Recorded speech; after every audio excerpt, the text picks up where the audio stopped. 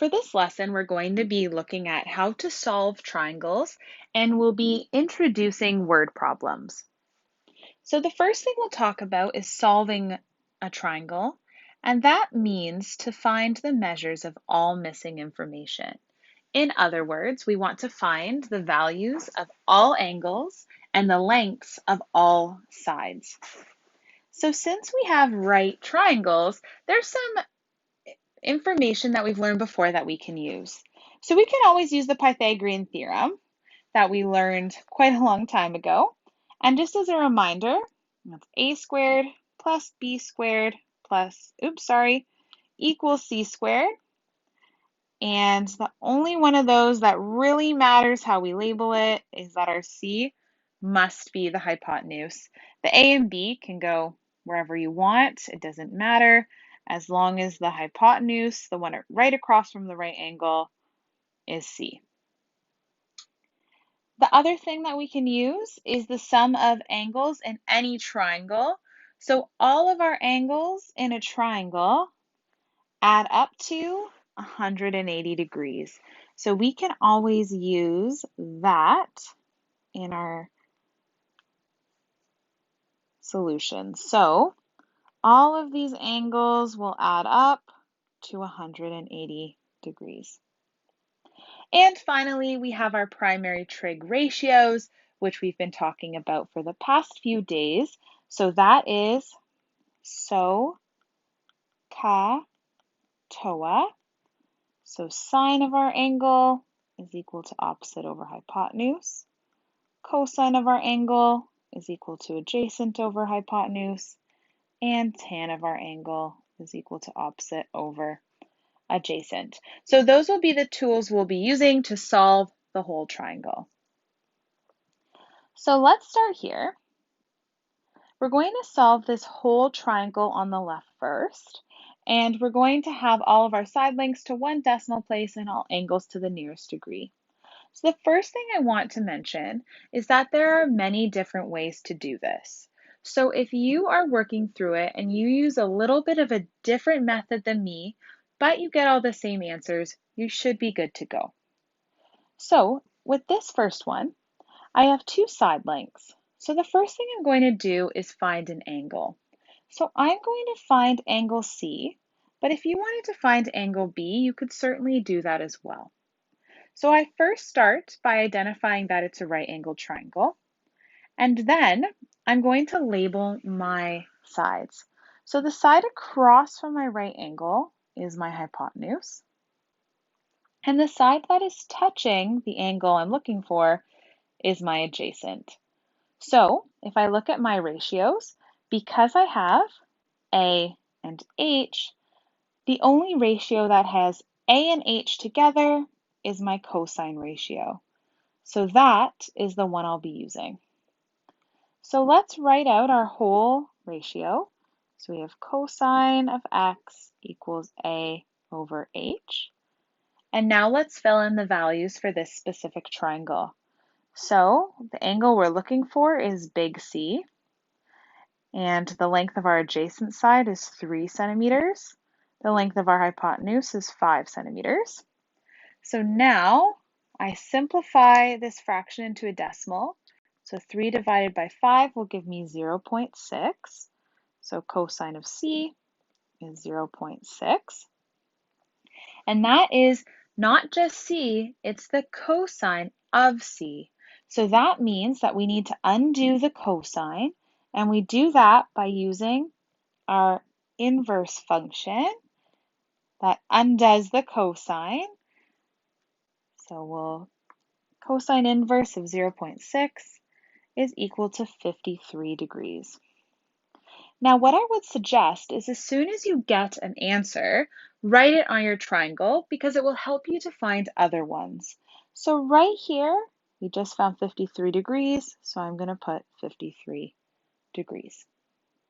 Okay, so now the next thing that we can find is we have two of our angles, so we can find the third one. So we know that all of our angles equal 180, and we need to figure out what B is. So all I'm going to do is I'm going to get B all by itself.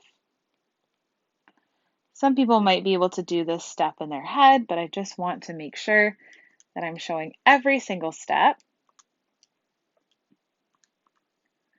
And that will give us an angle of 37 degrees. So up here is 37 degrees. And finally, the only thing I have left to solve for is this side here. And because this is a right angle triangle, I can use my Pythagorean theorem. So I can label my sides A, B, and C. And we have A squared plus B squared equals C squared. And now I just fill in my side lengths. So A squared we don't know. B squared is 3 squared and C squared is 5 squared.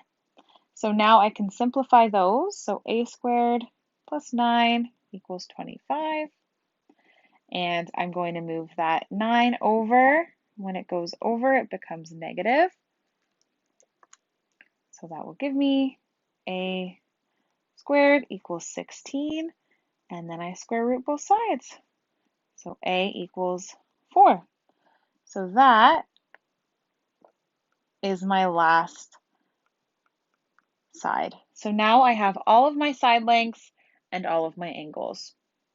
So what I want you to do is there's one here for you to try on your own, and then you can check your answers on Classroom. So that's the first part of our lesson. The second part is the beginnings of our word problems. And our steps to our word problems include drawing a diagram, labeling our diagram, and then figuring out what we need to solve and how it would be best to solve it. Now, there's a few different words that are used in trig questions that we haven't used before. And the first one is the angle of elevation. And what that is it's the angle between the horizontal and the line of sight when looking up at an object.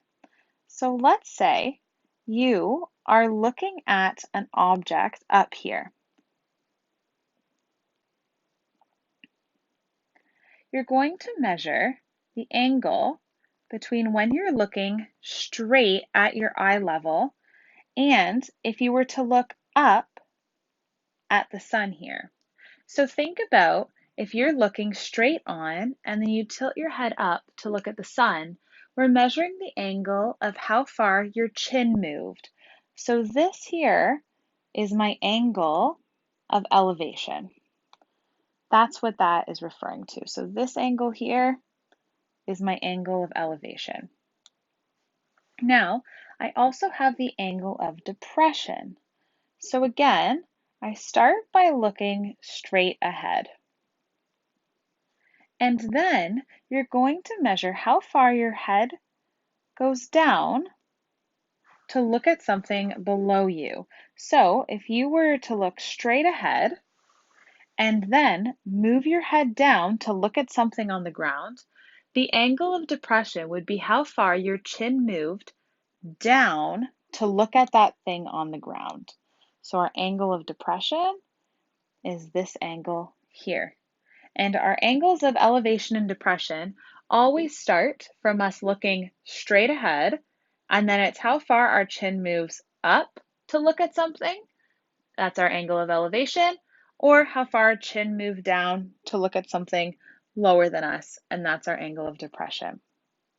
So let's do a few examples here. So our first example, when flying a kite, you let out 150 meters of your kite string and anchor it to the ground. You estimate that the kite is at an angle of elevation of about 60 degrees from the ground, and we want to calculate the height above the ground. So let's draw a bit of a diagram. And it sounds silly, but I find if you make your diagram look a little realistic, it helps you to visualize it. So we have a kite, and it's anchored to the ground by a kite string. So there's my ground, here's my kite string, and here's my kite, like that. So what I'm looking for is I'm trying to figure out this height here. How high is my kite off the ground? So we're given a little bit of information here. We know that we let out 150 meters of our kite string. So this black line is our kite string. So that will be 150 meters.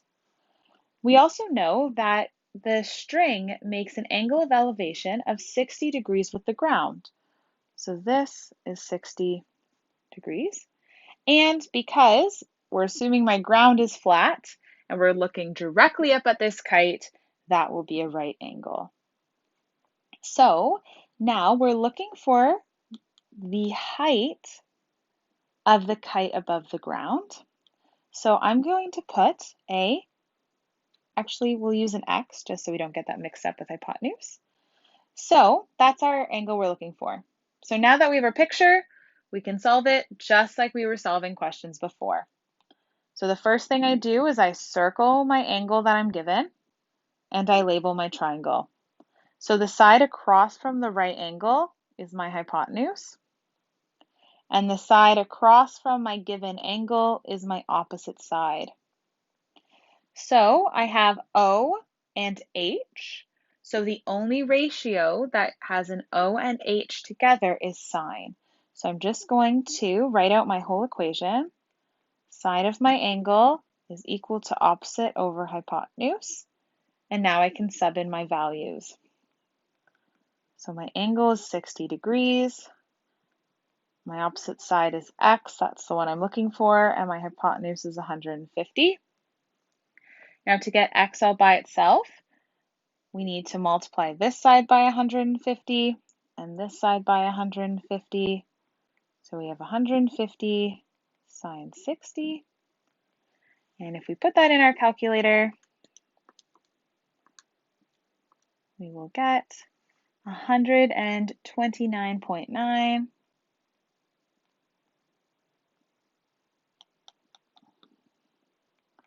129.9 meters equals x. And then because this is a word problem, we need to make sure we have our little therefore statement. So we'll say therefore the kite is 129.9 meters above the ground. So the toughest part about these is really getting that diagram right. So once we have the diagram, we're all set. Okay, next one. While walking to school, you pass by a barn with a silo. Looking up at the top of the silo, you estimate that the angle of elevation is about 14 degrees. You continue walking and find that you're 40 meters away from the silo. Calculate the height of the silo. So here's our situation. So sometimes if we're not given the height of a person, we're going to assume that that angle of elevation is measured from the ground. It sounds kind of silly, but it's really the only way to measure it unless we have a value of a height for this person. So there's my ground. Here's my barn silo here. And now my angle of elevation will be measured from the ground. So this is going to be my angle of elevation. And we're told that our angle of elevation is 14 degrees. So again, be very careful with your drawings because they're not going to be to scale. So if you look at your answer and it doesn't totally match what's in your picture, don't stress, that's okay, but just be mindful of it. Then we know that the person was 40 meters away from the silo, and the silo is straight up and down from the ground, so we have a nice 90-degree angle there. So what we're looking for here is to calculate the height of our silo. So we're looking for this value. So first off, we identify that it's a right angled triangle, so we can use SOHCAHTOA. Next, we circle the angle that we're given, and we label our triangle. So the side that is across from the angle I'm given is my opposite side, and the side that is touching my angle is my adjacent side. So I have O and A. The only ratio that has a combo of O and A is our tan ratio. So let's write that whole thing out. And we'll fill in our values. So the angle we're given is 14 degrees. Our opposite side is x, it's the one we're looking for, and our adjacent side is 40 meters. So now, to get x all by itself, we're going to multiply by 40 on this side and multiply by 40 on that side. So that 40 times tan 14 equals x. And when we put that in our calculator, we will get 10 meters, I rounded it as best I could, equals x. So now we can say, therefore, the silo is 10 meters tall. And that's our final answer. Let's try another one. So here, example 3, a helicopter sights a campfire at an angle depression of 40 degrees from the horizontal. The helicopter is hovering 400 meters above the ground. What is the horizontal distance between the helicopter and the campfire? So we have a helicopter here.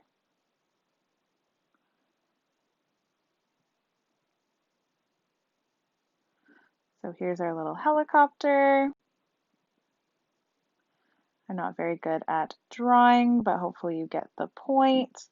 Here's my little helicopter. And my helicopter sights a fire. So we have a fire down on the ground here, like this. And my helicopter spots this little fire, and it's an angle of depression of 40 degrees. So remember that my angles of depression are always measured from a horizontal. So here's my horizontal of my helicopter looking straight, and my fire is going to be 40 degrees down from that. So my helicopter, from looking straight, your head would move down 40 degrees. And what we're trying to find is the horizontal distance from my helicopter to my campfire. So we'll label the spot that's right above my campfire here. And that is the height we're looking for. So my helicopter, oops, sorry, I misspoke. We're looking for our horizontal distance, so this one, and my helicopter is flying 400 meters above the ground. So that is our setup there. So we first make sure it's a right angle triangle, and it is. So we're going to circle the angle we're given and label our triangle.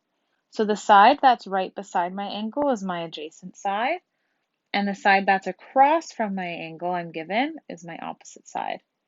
So because I have my opposite and adjacent side, the only one that uses O and A is tan. So I'm going to write out my equation and fill in my values. So my angle is 40 degrees, my opposite side is 400 meters, and my adjacent side is x. So now I need to get that x off the bottom, so I'm going to multiply both sides by x. So I'll have x times tan 40 equals 400. And to get that x all by itself now, I have to divide both sides by tan 40. So that leaves us with x equals 400 divided by tan 40.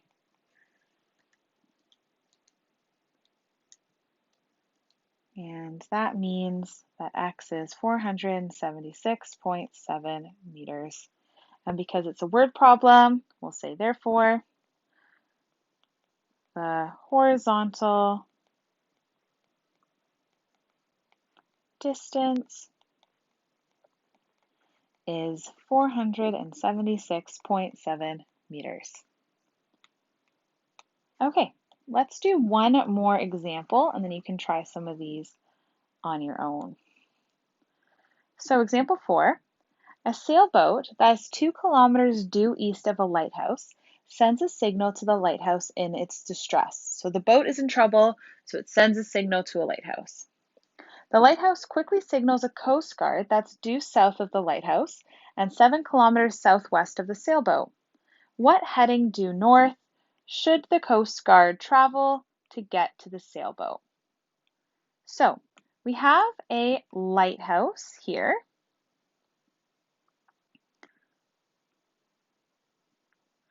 There's our little lighthouse, like this.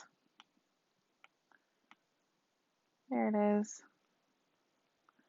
And from our lighthouse, we have a sailboat that's due east of the lighthouse. So over here, 2 kilometers east of my lighthouse is my little sailboat. And that is 2 kilometers due east. Now, we also have a coast guard that is due south of my lighthouse. So right south of my lighthouse is my coast guard. So we have another boat over here, but that's my coast guard. And we know that our coast guard is 7 kilometers away from my little sailboat. Now, what it's asking for is what heading due north should the Coast Guard take in order to intercept the troubled sailboat? So what they mean by a heading due north is this here is due north for my Coast Guard.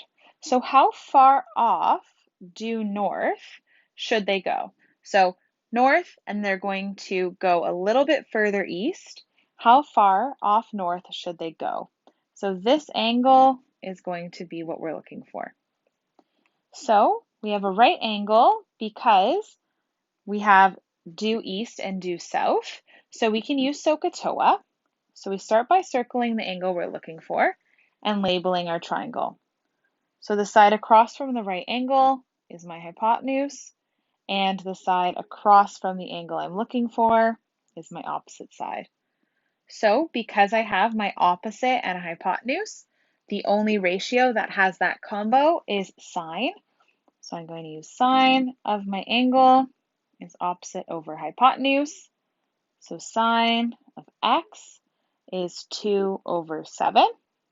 Now I change that 2 over 7 into a decimal. So I'll have sine x equals 0.2857. And that is the sine of x, but we just want plain x. So in order to do that, we have to use sine inverse.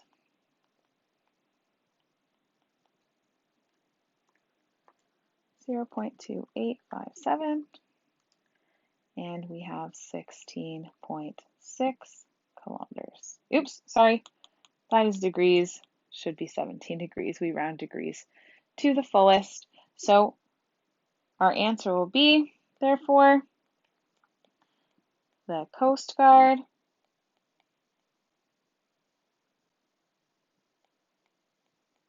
must go north and then 17 degrees east. And that's our final answer. So there's a few below for you guys to try on your own.